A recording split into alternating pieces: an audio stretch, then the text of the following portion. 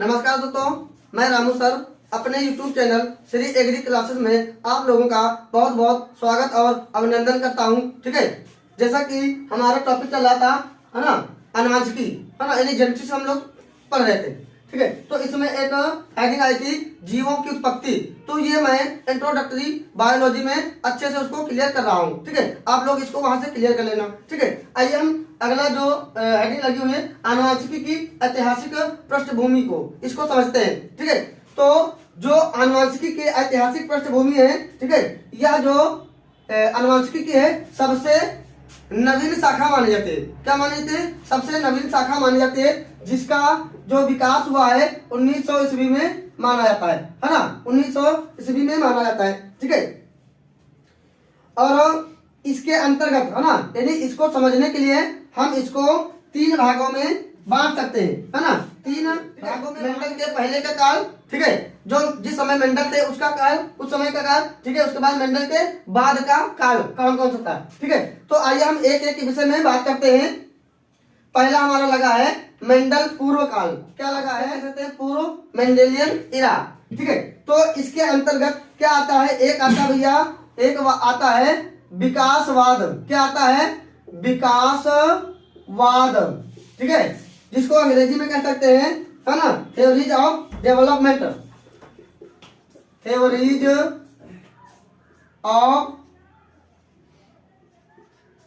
Development, है ना, theories of development. इसके अंतर्गत आता है, ठीक है, वो आता है कि पूर्व रचना।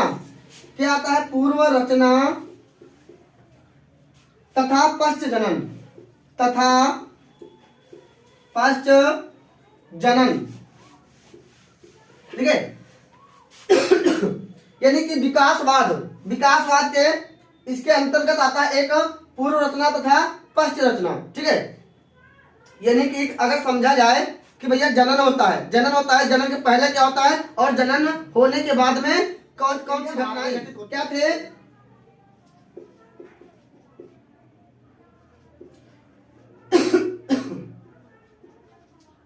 विलियम हार्वे इन्होंने क्या बताया कि सभी जीव किससे उत्पन्न होते हैं? अंडों से उत्पन्न होते हैं, लेकिन जो शुक्राणु होता है वह क्या करता है? इनकी वृद्धि और विकास में सहायक होता है। समझ रहे हो भैया? स्पर्म, स्पर्म और ओवम, अंडाणु और शुक्राणु।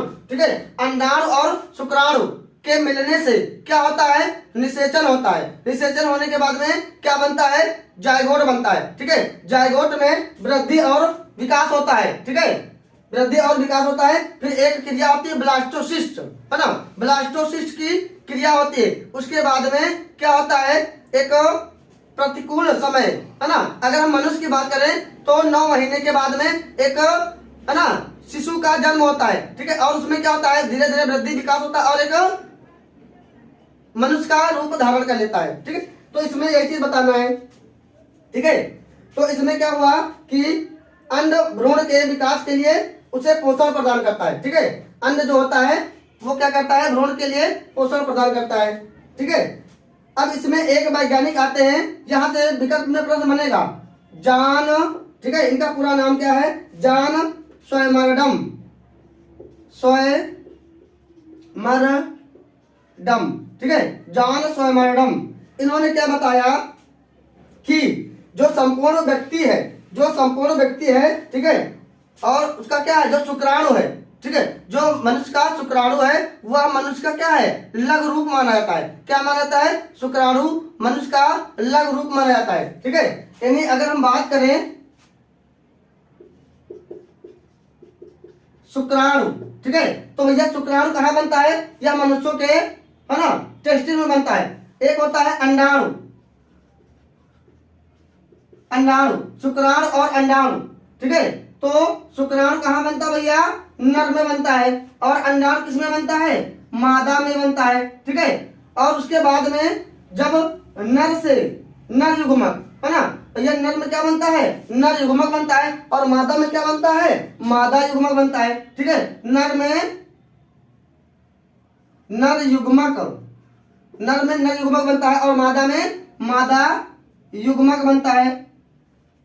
ठीक है, जब इनमें दोनों में क्या होता है, आपस में ये दोनों संलयित होते हैं। ठीक है, तो संलयित होने की प्रक्रिया को निषेचन कहा जाता है, जैसे मैंने पहले बता चुका हूँ। ठीक है, उसके बाद में निषेचन के बाद में क्या होता है, यहाँ से आधे गुणसूत्र यहाँ से आते हैं और आधे यहाँ से आते हैं। ठीक है, और क्या बन जाता है, यह भैया जाइगोट बन जाता है। क्या बन जाता है, जाइगोट। ठीक है, और जाइगोट में ब्लास्टोसिस्ट, क्या बताए हैं, ब्लास्टोसिस्ट, ब्लास्टोसिस्ट,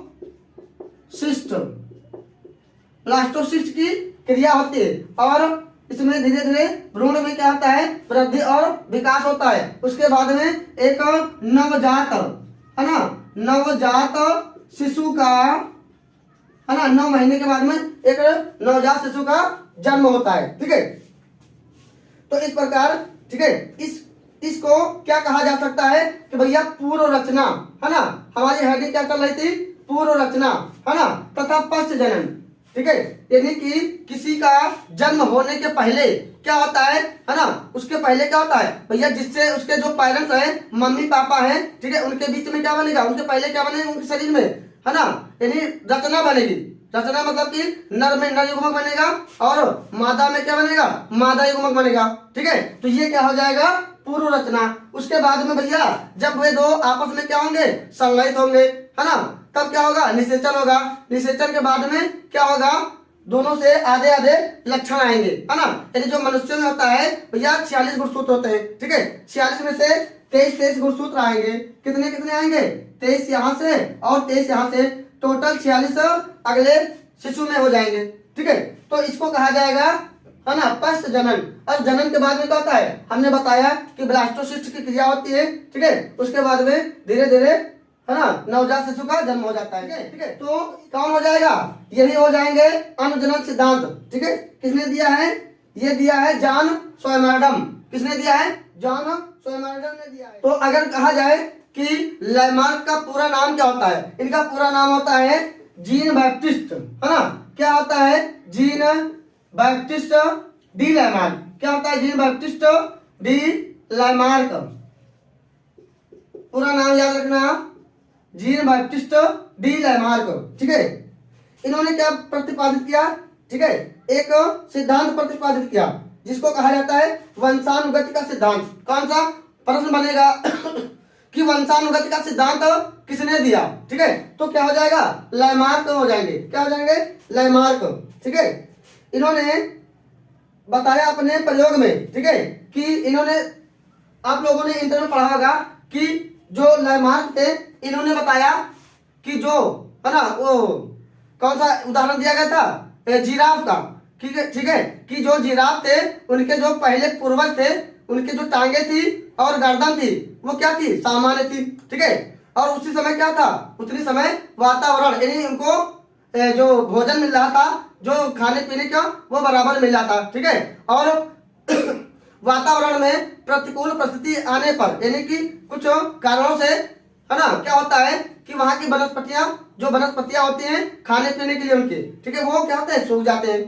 ठीक है, सूखने के बाद क्या होता है, धीरे धीरे भाई अब वे क्या करते हैं, आगे की टांगों को उठा करके, है ना, अपने भोजन के लिए, और पेड़ों की टहनियों को खाने की प्रयास करते हैं, खाने के लिए प्रयास करते हैं, है ना, अपनी गर्दन को ऊपर बढ़ाते हैं और अगली टांगों को भी आगे बढ़ाते हैं। ठीक है, तो ये प्रक्रिया होती रहती, चलती रहती है, धीरे धीरे पीढ़ी दर पीढ़ी, कई पीढ़ियों के बाद में क्या होता है, ठीक है, कि जो जिराफ होते हैं ऊंची गर्दन वाले और लंबी टांगों वाले पैदा हो जाते हैं। ठीक है, तो इन्होंने ये सिद्धांत बताया था कि जो एक, यहाँ से क्वेश्चन याद रखना कि भैया एक लैमार्क की बुक है ना, जिसका नाम है, क्या नाम है, फिलोसफी जूलॉजिकी।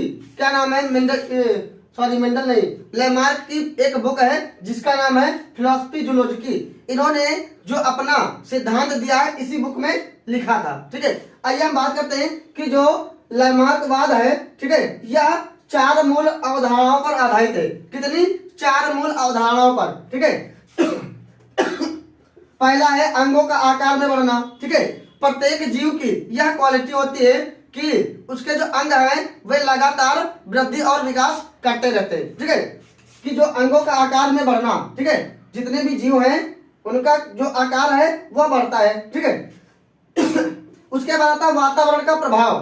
ठीक है भैया, जीवों के ऊपर वातावरण का सीधा प्रभाव पड़ता है। ठीक है, यदि जो जीव जिस वातावरण में रहता है, ठीक है, उसी के अनुसार वह उसके रंग में, है ना, उसके शरीर बॉडी में परिवर्तन आ जाता है ना, रंग रूप आकार, ठीक है, इनमें भी परिवर्तन आ जाता है। ठीक है, उसके बाद अंगों का उपयोग तथा अनुप्रयोग, है ना, अंगों का उपयोग तथा अनुप्रयोग। ठीक है, इन्होंने लैमार्क ने बताया कि अंगों का उपयोग तथा अनुप्रयोग, ठीक है, कि जो जीव जिस अंग का जितना ज्यादा उपयोग करता है वह उतना ही एक्टिव रहता है। ठीक है, और जो अंग ज्यादा कार्य नहीं करता है, ठीक है, वह धीरे धीरे क्या हो जाता है, पीछे रहता, छिप जाता है, यानी वह क्या हो जाता है भैया, उपार्जित हो जाता है। ठीक है, जैसे कि मैंने पहले उदाहरण दे दिया किसका, जिराफ वाला। ठीक है, तो जिराफ जो जिराफ थे, है ना, तो उसके अब ज्यादा बताएंगे नहीं, उन्होंने पहले बता दिए। ठीक है, तो इसमें आ जाएगा जिराफ वाला जो उदाहरण है। ठीक है, उसके बाद आता है उपार्जित लक्षणों की वंशागति। उपार्जित लक्षणों की वंशागति, जो जीव होते हैं उनके जो लक्षण होते हैं, उपार्जित लक्षण होते हैं, है ना, उनके वंशजों में धीरे धीरे क्या होते हैं, उनके बच्चों में भी क्या होते हैं, होते रहते हैं, है ना, परिवर्तित होते रहते हैं। ठीक है, तो यह जो लैमार्क का सिद्धांत था, एक 4 मूल अवधारणाओं पर आधारित था। ठीक है, इनकी बुक का नाम जरूर याद रखना। ठीक है, आइए दोस्तों देखते हैं हमारा लैमार्क वाद अब यहाँ से खत्म होता है। ठीक है, अब हम बात करते हैं एक दूसरा वाद आता है भैया, डार्विनवाद। ठीक है, यानी डार्विनवाद, यह सिद्धांत किसने दिया, डार्विनवाद, जैसे कि नाम से ही पता चलता है। ठीक है, जिनका नाम है भैया डार्विन, इनका पूरा नाम क्या है, चार्ल्स डार्विन, है ना। अब चार्ल्स नाम से समझ रहे होंगे कि चार्ल्स भाई किसको कहा जाता था, ये क्या थे भैया, एक अंग्रेज वैज्ञानिक थे। क्या थे, अंग्रेज वैज्ञानिक थे। ठीक है, इनका पूरा नाम क्या था, चार्ल्स डार्विन। ठीक है, इन्होंने डार्विनवाद सिद्धांत दिया। ठीक है, इनके सिद्धांत को प्राकृतिक चयनवाद भी कहा जाता है। ठीक है, उसके बाद प्राकृतिक वर्ण का सिद्धांत भी कहा जाता है। ठीक है, इनकी एक बुक है, ठीक है, उसका नाम याद रखना, जिसका नाम है ओरिजिन ऑफ स्पीसीज, है ना, बहुत कायदे से इसको ध्यान रखना, ओरिजिन ऑफ स्पीसीज, जीव जातियों की उत्पत्ति। अगर इसको हम हिंदी बात करें, जीव जातियों की उत्पत्ति। ठीक है, ये किसकी बुक है, ये है भैया डार्विन की, चार्ल्स डार्विन की। ठीक है, और यह 1862 ईस्वी में लिखी गई थी। ठीक है, तो जो अपने सिद्धांत दिए थे इसी बुक में इन्होंने लिख दिया था।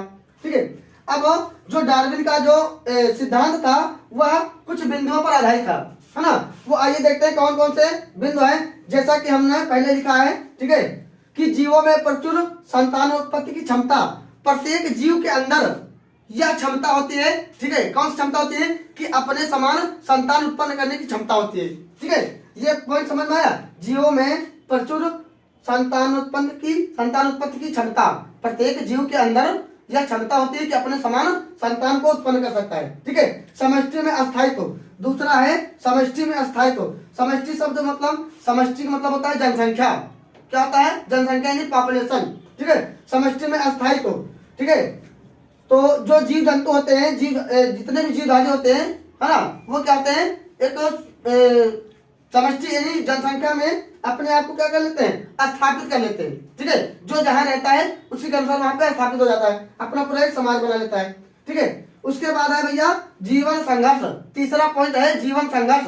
ठीक है, अब जीवन संघर्ष, ठीक है, हर प्राणी के अंदर, हर प्राणी के जीवन में, लाइफ में संघर्ष रहता है। किसका संघर्ष रहता है भैया, रोटी कपड़ा और मकान का। ठीक है, रोटी कपड़ा और मकान का। ठीक है, तो जीवन संघर्ष, प्रत्येक प्राणी अपने भोजन के लिए वह पूरे लाइफ में जीवन भर क्या करता रहता है, संघर्ष करता रहता है। ठीक है, आइए देखते हैं अगला पॉइंट, विभिन्नताएं व इनकी वंशागति। ठीक है, हर जीव के अंदर क्या होती है, कुछ ना कुछ विभिन्नता जरूर पाई जाती है। ठीक है, चाहे जुड़वा भाई क्यों ना हो, ठीक है, चाहे जुड़वा भाई क्यों ना हो, जैसे कि हम लोग हैं, है ना, रामू और श्यामू, भले जुड़वा है लेकिन कुछ ना कुछ डिफरेंस भैया जरूर है। उसी प्रकार हर जीव के अंदर कुछ ना कुछ डिफरेंस जरूर होता है। ठीक है, और इनकी वंशागति भी होती है। ठीक है, उसके बाद आता है योग्यतम की उत्तरजीविता। ठीक है, योग्यतम की उत्तरजीविता। ठीक है, वह अपने समाज में क्या करता है, अपने योग्यता के अनुसार, ठीक है, अपनी जीविका को चलाता है, अपने योग्यता के अनुसार जीविका को धारण करता है, चलाता है। ठीक है, उसके बाद क्या होता है, नई जातियों की उत्पत्ति। अब भैया नई जातियों की उत्पत्ति कैसे होती है, ठीक है, यानी कि जैसे पहले पॉइंट मैंने बताया था, जीवों में प्रचुर संतान उत्पत्ति क्षमता, है ना, हर जीव के अंदर क्या क्षमता होती है, संतान उत्पन्न करने की क्षमता होती है, ठीक है, और उससे क्या होता है, नई नई जातियों, है ना, और नए जीवों का विकास होता है, ठीक है। तो ये भैया क्या था हमारा डार्विनवाद, है ना, डार्विनवाद के अंदर ध्यान रखना, ठीक है। यहाँ से इनका सिद्धांत पूछा जाता है कि प्राकृतिक चयनवाद सिद्धांत किसने दिया, ठीक है, विकल्प वाले में हम करवाएंगे क्वेश्चन, ठीक है, और प्राकृतिक वर्ण का सिद्धांत, ये सब एक ही है, ठीक है। और ये क्या थे, अंग्रेज वैज्ञानिक थे, इनके बारे में अच्छे से ध्यान रखना। लैमार्कवाद हो गया, डार्विनवाद हो गया। भैया तीसरा हमारा वाद लगा है बीजमैनवाद, या इसको जनित्र, ये जो बीजमैन है यहाँ से प्रश्न बनेगा ऑब्जेक्टिव में, ठीक है, कि भैया बीजमैनवाद, है ना, सिद्धांत किसने दिया, अंग्रेजी में नाम पूछा जाएगा, ठीक है। और ये कहाँ के वैज्ञानिक थे, ये भैया जर्मन के वैज्ञानिक थे। कहाँ के थे, जर्मन के वैज्ञानिक थे, ठीक है। इन्होंने क्या बताया, इन्होंने अपना एक प्रयोग किया, और किस पे किया, चूहों पर किया, है ना, किस पर किया, चूहों पर किया। इन्होंने क्या किया, चूहों की जो पूंछ होती है ना, उसको काट रहे थे, चूहों की पूंछ को काट रहे थे, और ये कार्य कब तक किया, 22 पीढ़ियों तक किया, है ना, यदि चूहों की पूंछ को 22 पीढ़ियों तक काटते रहे, ठीक है, और ऐसा कोई चूहा उत्पन्न नहीं हुआ जिसकी कटी हुई पूंछ उत्पन्न हो, ठीक है ना। जैसे कि अगर हम बात करें कि जैसे हम लोग हैं, है ना, सेविंग करते हैं, दाढ़ी वाड़ी बनवाते हैं, ठीक है, तो क्या हमारे जो बच्चे होंगे, जो बच्चे होते हैं उनमें ऐसा होता है ना, अगर कुछ लोग कान छिदवा लेते हैं, है ना, बाली पहन लेते हैं, तो क्या उनकी जो जातियां होती है, उनके जो बच्चे होते हैं उनमें ऐसा नहीं होता है, ठीक है। तो यहाँ पे वही नियम लागू होता है, ठीक है। इन्होंने क्या किया कि 22 चूहों की 22 पीढ़ियों तक पूंछ को काटते रहे, लेकिन ऐसा कोई चूहा पैदा नहीं हुआ जिसकी कटी हुई पूंछ उत्पन्न हुई है। रामायणवाद के अनुसार जो भैया क्या होता है, जीव होता है ना, इसके जो शरीर होता है उसमें 2 तरह की कोशिकाएं होती है। कौन कौन कोशिकाएं होती है, नंबर 1 होता है जननिक कोशिकाएं, जननिक कोशिकाएं, है ना, जननिक कोशिकाएं। एक होता है कायिक कोशिकाएं, कायिक क्या होती है, कायिक कोशिकाएं, ठीक है। इस सिद्धांत के अनुसार, है ना, जो शरीर होता है, जीवों का शरीर होता है, उनकी 2 कोशिकाओं से मिलकर बना होता है। एक होती है जननी कोशिकाएं, एक होती है कायिक कोशिकाएं। आप लोगों को समझ में आया होगा भैया लैमार्कवाद, डार्विनवाद और जनित द्रव्यवाद, ठीक है। आज हमारी क्लास यहीं तक, ठीक है, और आगे फिर क्लास में मिलेंगे, अगली क्लास में, ठीक है। बहुत बहुत धन्यवाद।